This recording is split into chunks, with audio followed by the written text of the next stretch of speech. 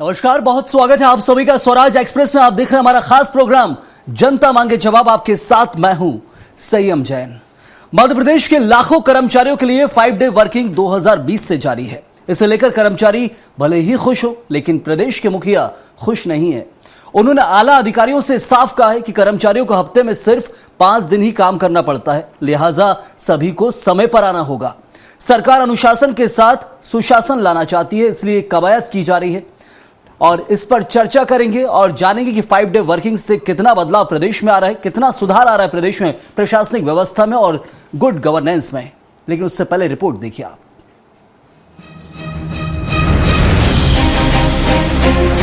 मध्य प्रदेश में कोरोना काल के दौरान लागू की गई 5 डे वर्किंग व्यवस्था अभी भी जारी है। इस व्यवस्था में अनुशासन का पालन हो, लिहाजा सीएम ने सभी कर्मचारियों को समय का विशेष ध्यान रखने को कहा।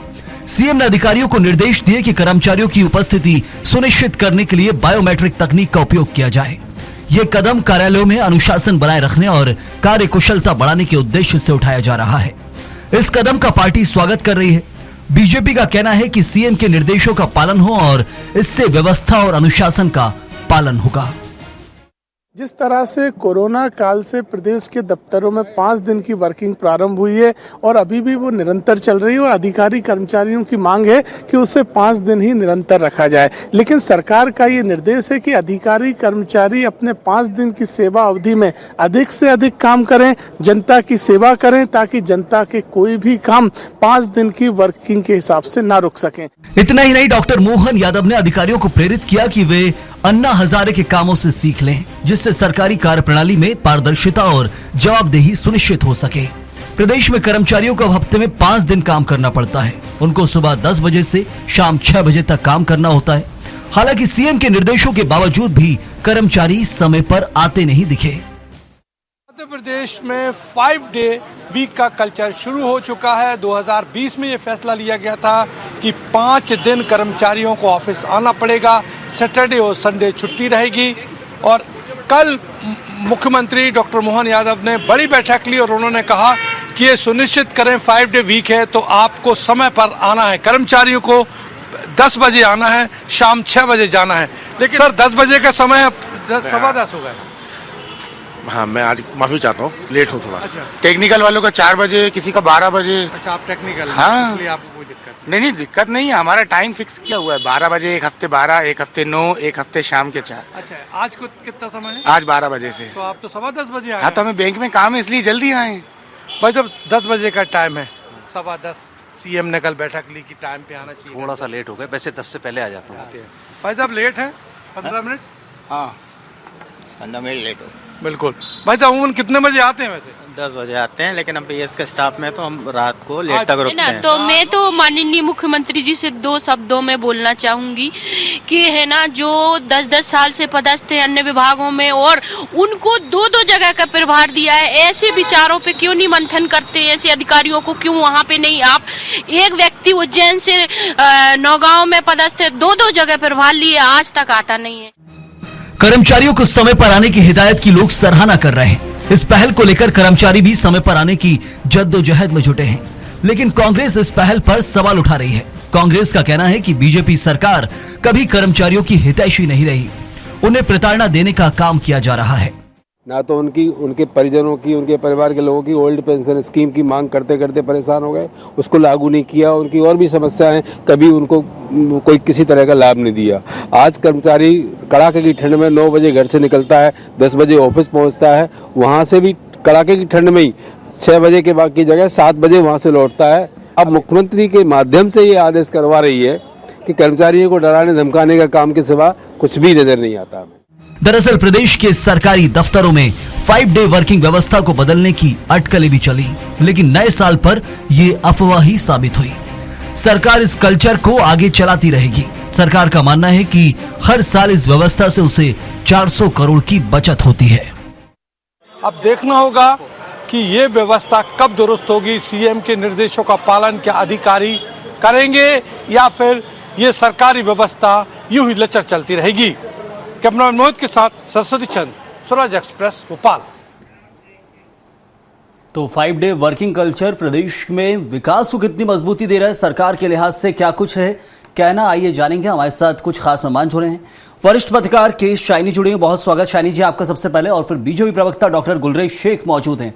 गुलरेज जी आपका भी बहुत बहुत स्वागत है। और अंबिका शर्मा कांग्रेस की प्रवक्ता हैं, आपका भी बहुत स्वागत है।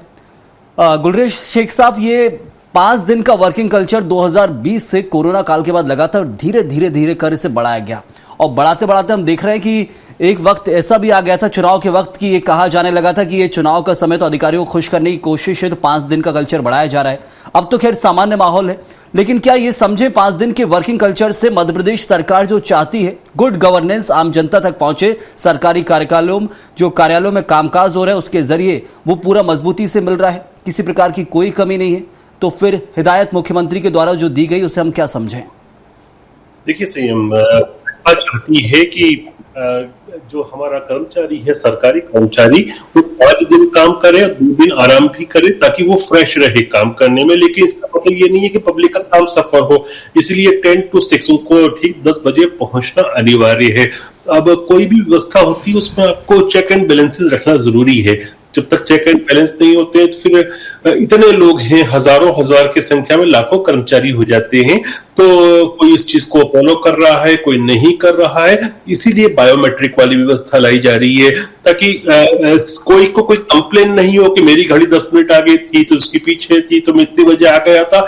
भैया बायोमेट्रिक है, ये टेक्नोलॉजी कह रही है कि आप इतनी बजे उपलब्ध थे कि नहीं थे। और कई बार एक बात ये होता था, खासतौर से सरकारों के समय, कांग्रेस का समय तो ये होता था कि भूत प्रेत भी जो थे ना वो भी नौकरी करते थे, असली आदमी उपस्थित नहीं रहता था और सैलरी ली जाती थी। तो अब ये जब बायोमेट्रिक व्यवस्था आ जाती है तो फेक, जिसको कहते हैं कि गोस्ट एम्प्लॉय, जिसको अंग्रेजी में कहता है, गोस्ट एम्प्लॉय वाली चीज भी खत्म होती है और लोगों को भी आसानी रहती है। आप ये बताइए कितनी बार होता है कि लोग पहुंच जाते हैं कलेक्ट्रेटों में या नगर निगम में, और जो सरकार 10 बजे से 10:30 बजे से बाबू साहब आ रहे हैं, 12 बजे चले चाय पी रहे हैं, 2 बजे उनका लंच का ब्रेक हो गया, फिर लोग बैठे हुए 3 बजे आ रहे हैं। ये क्या है?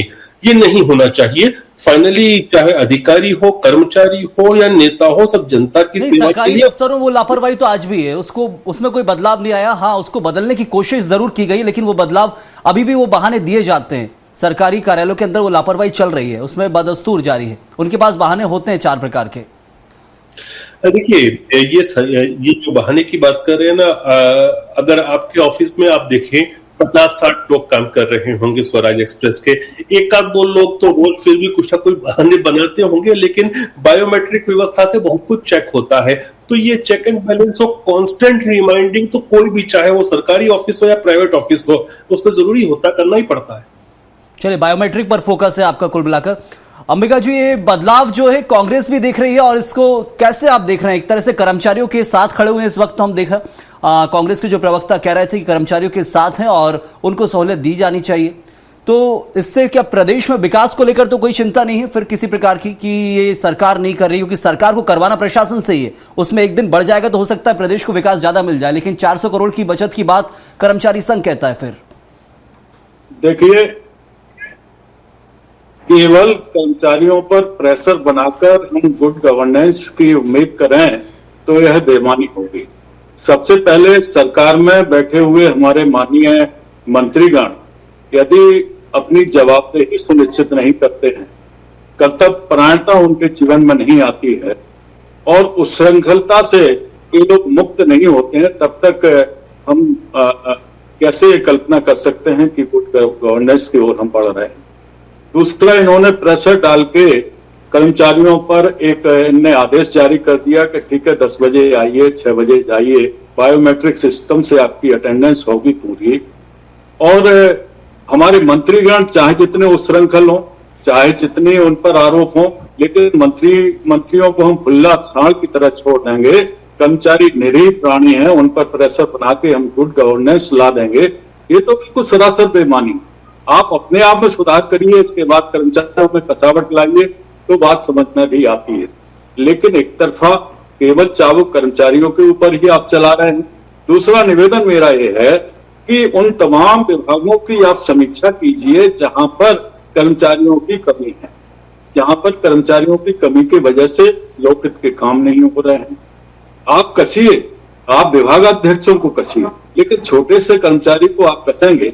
और आप यह भी देखिए कि आपके जो भी लोक कल्याणकारी योजना है उनका ठीक ठीक क्रियान्वयन क्यों नहीं हो रहा है।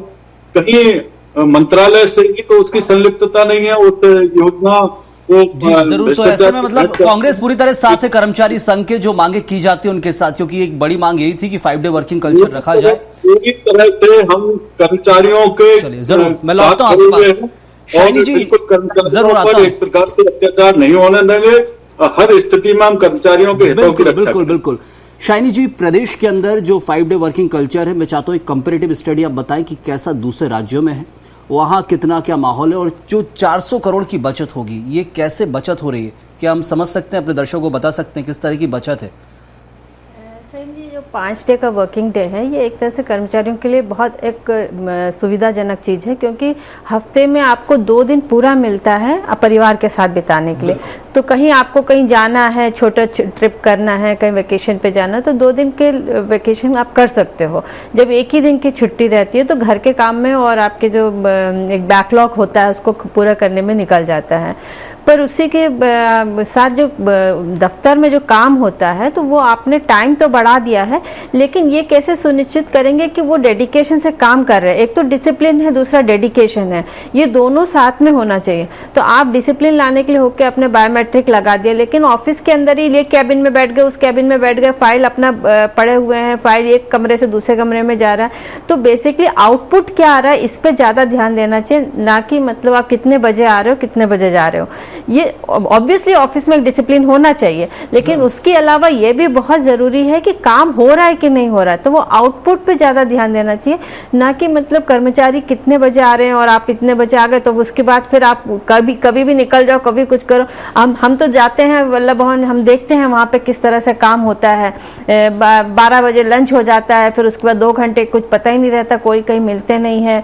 फिर आपको फिर शाम को 2 घंटे बैठ जाएंगे तो फिर उसके बाद उनको जाने का टाइम हो जाता है। तो एक तरह से आप किस तरह से टाइम किल करते हो वो भी एक बायोमेट्रिक से बहुत ज्यादा फिर आएगा नहीं, क्योंकि प्रणाली तो वही चल रही है। प्रणाली वही है। बायोमेट्रिक से आप सिर्फ ये देख सकते हो कि कर्मचारी कितने बजे पहुंच रहे हैं, पर पहुंचने के बाद कितना काम कर रहे हैं, फाइल कितना आपका डिस्पोज ऑफ कर रहे हैं, जो जनता है उनकी जो शिकायतें हैं उस पर कार्रवाई हो रही है। कि अभी आपने देखा इंदौर में किस तरह से लापरवाही की वजह से कितने बच्चों की जान, मतलब लोगों की जान चली गई, 11 लोगों की डेथ हो गई है। हॉस्पिटल्स में आप देखते हो कि चूहा घुस जाता है, छोटे बच्चों को कुतर देते हैं। मतलब एक तरह से अभी VAT में आपने देखा कि किस तरह से वहां पे बच्चे बीमार हो गए थे, स्टूडेंट्स जो हैं। तो हर जगह एक लापरवाही है। आप अगर अपने काम में आपका डेडिकेशन नहीं है तो आप कुछ भी तरह के फोर्स लगा दो तो वो काम नहीं चलता है। एक एम्प्लॉय को एक और चीज मैं कहूंगी, कहीं ना कहीं इंसेंटिव भी मिलना चाहिए। जो एम्प्लॉय अच्छे काम करते हैं, कई डिपार्टमेंट में आपने देखा होगा कि एक व्यक्ति के ऊपर 3-3, 4-4 प्रभाग के मतलब चार्जेस दे देते हैं, और खाली पड़े सीट में है ही नहीं लोग, आपने भर्ती नहीं करे हैं, लोग नहीं है, तो काम का एक्स्ट्रा बर्डन होता है। और कई जगह है तो कर्मचारी बिना कुछ करे आपको मतलब सिर्फ टाइम काटना है, निकालना है, इसी मंशा से आते हैं। तो आपको उन लोग को इंसेंटिव देना चाहिए जो लोग मतलब डेडिकेशन से काम कर रहे हैं, तो दूसरों को भी प्रोत्साहन मिलेगा। जरूर। गुलरेज शेख साहब, ये इस वक्त हमने देखा कि कर्मचारी संघ की जो मांग थी वो तो मान ली गई है, मुख्यमंत्री ने समझाया भी है और साफ तौर पर कहा है कि 5 दिन के अंदर जो कार्य प्रणाली होगी या जिस तरह से टाइम टू टाइम आइए जाइए बायोमेट्रिक की प्रणाली की जा रही है, लेकिन कार्य प्रणाली बहुत जरूरी है और कार्य प्रणाली कैसे बदली जाएगी वो पहचानना बहुत जरूरी है। यदि कुछ आंकड़ों के साथ बात करेंगे, यदि कर्मचारी संघ कहता है कि 400 करोड़ की बचत हो रही है, यदि ये बात संघ कह रहा है तो फिर ये भी सोचना चाहिए कि अधिकारी कर्मचारी संघ को कि प्रदेश में करप्शन का क्या स्तर है, हम कहां जा रहे हैं। मध्य प्रदेश के अंदर प्रशासनिक लापरवाही और भ्रष्टाचार के कई ऐसे मामले लोकायुक्त और EOW की लगातार कार्रवाई चल रही है, वो आंकड़ा लगातार बढ़ता जा रहा है 2022, 23, 24, 25 का। तो इन सब चीजों को लेकर भी फिर सरकार को कर्मचारी संघ से जवाब लेना चाहिए कि वो आंकड़ा भी कम होना चाहिए, पैसों की बचत करनी तो भ्रष्टाचार भी कम होना चाहिए। संयम, आपके सवाल में आपका जवाब भी छुपा है। आपने कहा कि इकोनॉमिक ऑफेंस विंग की लगातार जो है विजिलेंस की EOW की कार्रवाई हो रही है, तो ये दर्शाता है कि सरकार का जो हंटर है ना वो भी आपका सकारात्मक नजरिया है। मेरे सवाल में मेरा जवाब है, लेकिन मैं ये समझना चाह रहा हूं कि अभी भी बहुत कम है, बहुत भ्रष्टाचार चल रहा है, तो उसको लेकर सख्त कार्रवाई, क्योंकि फिर अभियोजन की बात आती है तो भ्रष्टाचार की जो केसेस है उसमें विभाग कार्रवाई नहीं करता है। वो पकड़ाते हैं जरूर है, रंगे हाथों पकड़े जाते हैं, लेकिन केसेस कोर्ट तक नहीं पहुंच रहे हैं, चालान पेश नहीं हो रहा है, ऐसा भी इसका भी एक आंकड़ा है। तो ये इन सब चीजों में कहीं ना कहीं लापरवाही में सुधार करना बहुत जरूरी है। मैं आपको एक आंकड़ा और बताऊंगा सीएम कि अगर आप पिछले 2 साल में देखें तो 150% का इजाफा हुआ है ईओडब्ल्यू की कार्रवाई में, और चालान पेश करने में भी इससे ज्यादा का इजाफा हुआ है। मुझे एग्जैक्ट चालान पेश करने के फिगर जो है वो याद नहीं आ रहे। तो मोहन जी तो बिल्कुल डिटरमिन्ड है कि किस तरह से हल्ला चलाना है किसके ऊपर, क्योंकि या तो लापरवाही करता है काम में, या काम में देर करता है, अनुशासनहीन है और भ्रष्ट है। इन 4 लोगों को तो बिल्कुल टॉलरेट नहीं करना है। हमारे कांग्रेस के भाई अभी कह रहे थे कि मंत्रियों को तो छोड़ रखा है और कर्मचारी क्योंकि निरीह प्राणी होता है तो उसके ऊपर कार्रवाई कर रहे हो। देखिए, अंग्रेजी की एक कहावत है, the fish gets rotten from the head, और जो फिश जो होती है वो ठीक हेड से होती है। आप मुख्यमंत्री जी को देखिए, सुबह 8 साढ़े 8 बजे वो काम पर ऑफिस में पहुंच जाते हैं अपने, आप उनके ऑफिस का मालूम कर लीजिए, जो सीएम हाउस का ऑफिस है 8 सवा 8 तक पहुंचते हैं और रात को 2-2 बजे तक 2:30 बजे तक काम करते हैं। तो ये जो ऊपर से जो प्रक्रिया चल रही है ना वो सर्कुलेट होती है। चलिए जरूर। अंबिका जी, ये कितना एक कहा जाए कि बदलाव की जो बात कांग्रेस करती है, प्रदेश में क्या कुछ चाहती है वो हम यहाँ जानना चाहते हैं। बदलाव जो होना था हो गया, मुख्यमंत्री ने आपकी बात मान ली कि कर्मचारियों पर बोझ नहीं डाला जाएगा। 5 दिन का मामले में बीजेपी भी साथ है, कांग्रेस भी साथ है। अब क्या कुछ चाहती है प्रदेश में कांग्रेस? भ्रष्टाचार को लेकर प्रदेश में जो बात चलती है कि अधिकारी लापरवाही भ्रष्टाचारी कर रहे हैं और कर्मचारी संघ यदि 400 करोड़ की मात कर रहा है तो फिर ऐसे में वो संघ को ये भी सोचना चाहिए कि भ्रष्टाचार के मामलों में भी जो एक तरह सख्ती बरती जाए उस संघ को। देखिए, जो भ्रष्टाचार की नदी है ना सरिता, वो हिमालय की जटाओं से ही बह रही है, हिमालय की चोटी से बह रही है।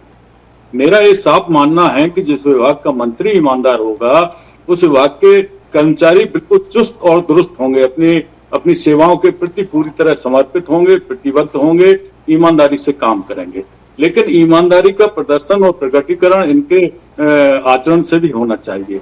ऊपर से तो सने हुए हैं ये लोग और फिर ये उम्मीद करें कि हम सिस्टम को सुधार दें, कर्मचारी को सुधार दें, तो ये संभव नहीं है। पहले सुधार सरकार को, सरकार के मंत्रियों को, माननीय मुख्यमंत्री जी को खुद लाना पड़ेगा, अनुशासित होना पड़ेगा, जवाबदेही अपनी सुनिश्चित करना पड़ेगी और जो इस कर्तव्य परायणता की अपेक्षा आपसे जनता करती है उस पर आपको खरा उतरना पड़ेगा। देखिए, कितनी दुर्भाग्यपूर्ण घटनाएं घटी हैं। अभी छिंदवाड़ा में घटी, 30 बच्चे मर गए, काल कवलित हो गए प्रशासन की लापरवाही से, शासन की लापरवाही से। अभी इंदौर में घटना घटी है, कितने लोग मर गए, कोई जवाबदेही तय नहीं हुई है। जुलाई 2022 में वो जो पाइपलाइन जिसकी वजह से, जिस विषाक्त जल की वजह से इन बच्चों की, इन लोगों की मौत हुई है, 18-19 लोग मरे हैं, उसका अप्रूवल हो गया था। लेकिन क्या वजह है कि अभी तक आपने उसमें नई पाइपलाइन नहीं डाली? क्या आप उम्मीद कर रहे थे कि हमें कमीशन अधिक से अधिक मिले और आप अपने मन की वो एजेंसी तलाश रहे थे और वो नहीं मिल पाई? ये तमाम बातें हैं। आपने सतना में भी इसी प्रकार से HIV पॉजिटिव रक्त चढ़ा दिया बच्चों के ऊपर या लोगों के ऊपर, वो HIV पॉजिटिव हो गए। ये कितनी गंभीर अनियमितताएं आपके द्वारा हो रही हैं। और फिर आप केवल कर्मचारियों, जब आप गंभीर आरोपों से घिर जाते हो तो कोई एक सबूफा छोड़ देते हो। आपने छोड़ दिया है सबूफा कि हम 5 दिन का सप्ताह बनाएंगे और उसमें 10 बजे से लेकर 6 बजे तक कार्य की घंटे सुनिश्चित करेंगे, बायोमेट्रिक सिस्टम से अटेंडेंस होगी और कर्मचारियों पर जवाबदेही। चलिए जरूर, तो ये मुद्दे हैं और मुद्दों पर ही बात जरूरी है, इसलिए मैं बिल्कुल मना ही नहीं करूंगा आपको कि 5 डे वर्किंग, तो वर्किंग क्या हो रही है वो जानना बहुत जरूरी है। शाइनी जी, ये यदि 5 डे वर्किंग की बात करेंगे तो फिर हिसाब किताब मुद्दों पर ही लिया जाएगा। क्या कुछ अधिकारी कर्मचारी ना सिर्फ भोपाल के बल्कि प्रदेश के अंदर क्या माहौल चल रहा है, मुद्दे उठाए जाएंगे तो मुद्दों में हम देखेंगे कोई ऐसा बहुत बड़ा क्रांतिकारी सुधार नहीं आया है। कैसे समझें कि इस कल्चर के ऊपर जो नजर रखना बहुत जरूरी है, क्या अधिकारी कर्मचारी कर रहे हैं, क्योंकि जो सरकारी दफ्तरों में जाता होगा उससे बेहतर पता होगा कि क्या कार्यप्रणाली होती है। जो चक्कर लगाता होगा उसे मालूम होगा, आम आदमी से बेहतर तो इसमें और कोई समझ नहीं सकता है। हेलो,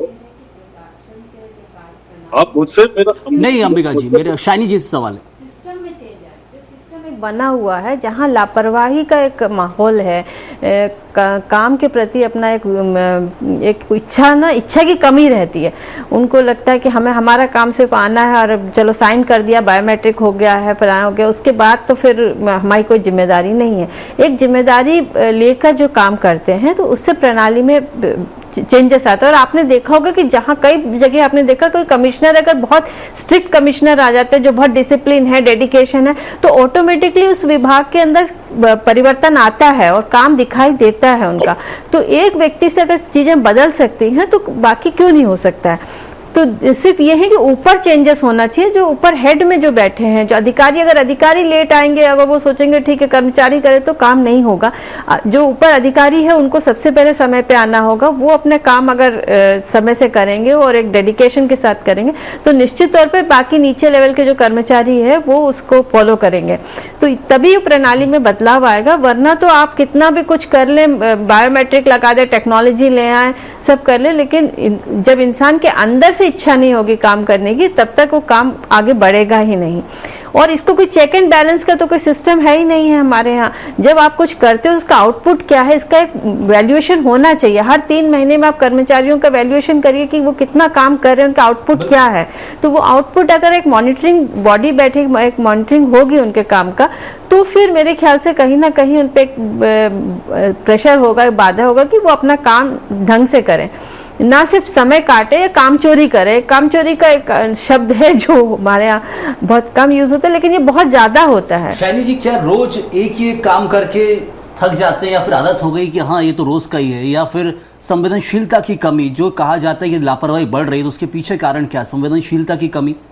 हाँ, एक तरह से आप ये मान के देखिए, सरकारी नौकरी जैसे किसी को मिलता है तभी उनके मन में एक चीज आ जाता है कि यहाँ पे तो हमें निश्चित है कि हमें तनख्वाह मिलनी है। हाँ सर, मतलब महीने के आखिरी में हमें तनख्वाह तो मिलेगा ही, तो किसी तरह का एक भय नहीं है उनके अंदर। अब एक प्राइवेट कंपनी में आप जाते हो तो वहां पे उनके गले पे हमेशा एक तलवार लटकी रहती है कि अगर हमारा परफॉर्मेंस अच्छा नहीं रहा तो हमें कल को हमारी नौकरी जा सकती है।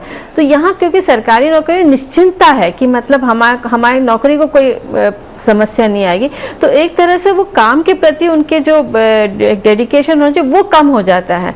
उसके लिए आपको एक अलग मोटिवेशन देना पड़ेगा, कुछ ना कुछ एक मोटिवेशन होना चाहिए कि अगर आपने अच्छा किया तो मंथ के एंड में आपका नाम लिखा जाएगा, आपका फोटो लगा जाएगा, या उसके बारे में उनको एक अवार्ड दिया जाएगा, या किस तरह से उसको प्रोत्साहन मिलेगा उस चीज में। तो वो देख के बाकी कर्मचारी भी इसमें मोटिवेट होंगे। जरूर। तो है गुलरेज शेख साहब, एक अंतिम सवाल आपसे। बदलाव जरूर कुछ नहीं किया गया है 5 डे वर्किंग कल्चर में, लेकिन बेहतर प्रशासनिक व्यवस्था हो प्रदेश के अंदर, उसके लिए अब सरकार क्या कुछ और करने वाली है? 5 दिन का काम करना है, लेकिन वो ईमानदारी और सच्चाई के साथ हो, ये नजर रखने के लिए सरकार और क्या करने वाली आने वाले समय में? देखिए, इसका जो कंटिन्यू मॉनिटरिंग सिस्टम एक बना रहे हैं जिसपे सरकार काम कर रही है कि हर विभाग का जो हेड होगा जिले लेवल पर या फिर तहसील लेवल पर, वो ऊपर के सॉफ्टवेयर के ऊपर किसने कितने प्रतिशत काम निपटाया है और कितना पेंडिंग है वो डालेगा, और हर महीने उसकी ऑडिट की जाएगी और इसी हिसाब से प्रोत्साहित किया जाएगा। कुछ को इनाम भी दिया जाएगा, कुछ को प्रमोशन दिया जाएगा, कुछ का डिमोशन भी होगा। तो ये बदलाव जो आप बता रहे हैं कि आने वाले समय में देखना होगा कैसे इसे लागू किया जाता है, क्योंकि ये बदलाव बहुत जरूरी है। यदि हम सीएम हेल्पलाइन भी देखते हैं प्रदेश के अंदर, शाइनी जी एक छोटा सा सवाल आपसे मेरा, सीएम हेल्पलाइन है, हम देख रहे हैं बहुत दुरुस्त चीज है। शुरुआत जब हुई थी 2012-13 से इसकी, एक क्रांतिकारी तरीके से लोगों को लगता था काम नहीं हो रहा है सरकारी दफ्तरों से, एक फोन लगाया, वहां अपनी शिकायत नोट कराई और उसके बाद काम होता था। लेकिन अब वो सीएम हेल्पलाइन में भी अधिकारी जो है लापरवाही बरतने लगे, झूठा निराकरण देकर ऊपर भेजा जा रहा है। तो एक बड़ा लेवल जो कहा जाता है सीएम हेल्पलाइन प्रदेश के अंदर सामूहिक विकास के लिए बहुत जरूरी थी, लेकिन अब उसमें भी गुमराह करने की कोशिश है। और मैंने ये सुना है कि अधिकारियों ने सीएम हेल्पलाइन को तक टेक ओवर कर लिया है, उस पर भी झूठी शिकायतें कहकर या एक व्यक्ति की शिकायत फोर्सफुली क्लोज करते हैं, तो उस शिकायतकर्ता को अब पकड़ा जा रहा है, जबकि वो शिकायत का निराकरण आज तक हुआ नहीं है। इन सब चीजों में कैसे सुधार हो? नहीं, ये बिल्कुल आपने सही बात कही है। अभी जो इंदौर में जो मामला हुआ था उसमें भी कई लोगों ने इस बात कही है कि हाँ, सीएम हेल्पलाइन में काफी शिकायत करी, कुछ भी उसमें निराकरण नहीं हुआ, कोई किसी अधिकारी, किसी कमिश्नर, किसी ने कोई ध्यान नहीं दिया और इतना बड़ा हादसा हो गया। तो हम तभी जागते हैं जब कोई हादसा हो जाता है। जब ये सीएम हेल्पलाइन में कंप्लेंट डाल रहे थे तो ये अधिकारियों का जिम्मेदारी थी कि वो देखे, उसका निराकरण करें। तो वही बात है, इसका कैसे हो सकता है? जैसे शुरू में हो रहा था, जैसे आपने कहा कि शुरू में सीएम हेल्पलाइन में सारे काम हो रहे थे।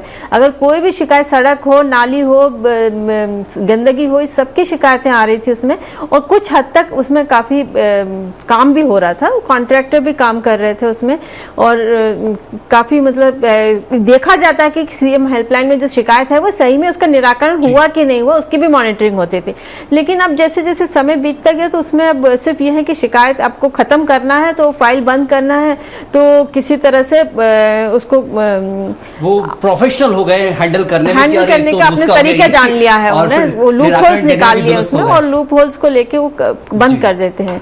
तो उसको फिर से एक तरह से रिवाइव करना चाहिए और सीएम जो भी अधिकारी उनको देखना चाहिए कि इस तरह से लापरवाही क्यों हो रही है, उसमें क्या कमियां हैं और उसको एक बहुत अच्छा सिस्टम है सीएम हेल्पलाइन। सीएम हेल्पलाइन एक दुरुस्त सिस्टम है और उसको और दुरुस्त किया जाए कि अधिकारी कर्मचारी झूठा निराकरण ना भेज सके, जो शिकायत करता वो शिकायत उसकी पूर्ण हो संतुष्ट निराकरण के साथ। और ऐसे में 5 डे वर्किंग कल्चर अधिकारी कर्मचारी चाहते हैं, बिल्कुल मिलेगा, लेकिन सरकार ने दे भी दिया है, लेकिन अब इससे सुधार और आए, यही चाहते कि जनता को विकास मिले। बहुत शुक्रिया अदा करूंगा, वक्त इतना ही था। गुलरेज शेख साहब आपका ही बहुत धन्यवाद, अंबिका जी आपका ही बहुत शुक्रिया और शाइनी जी आपका ही बहुत बहुत धन्यवाद इस पर चर्चा करने के लिए। तो 5 डे वर्किंग कल्चर की मांग थी, वो पूर्ण की गई है, अभी वही चलेगा, लेकिन 5 दिन के अंदर काम इतना हो कि प्रदेश में विकास हो, जनता के जो समस्या और मुद्दे उनका निराकरण किया जाए वक्त रहते। सिर्फ यही है, हर कोई सरकार चाहती है, कोई भी सरकार हो, लेकिन उस पर नजर रखना बहुत जरूरी है। इस वक्त के लिए फिलहाल इतना ही। आप बने रहिए स्वराज एक्सप्रेस के साथ।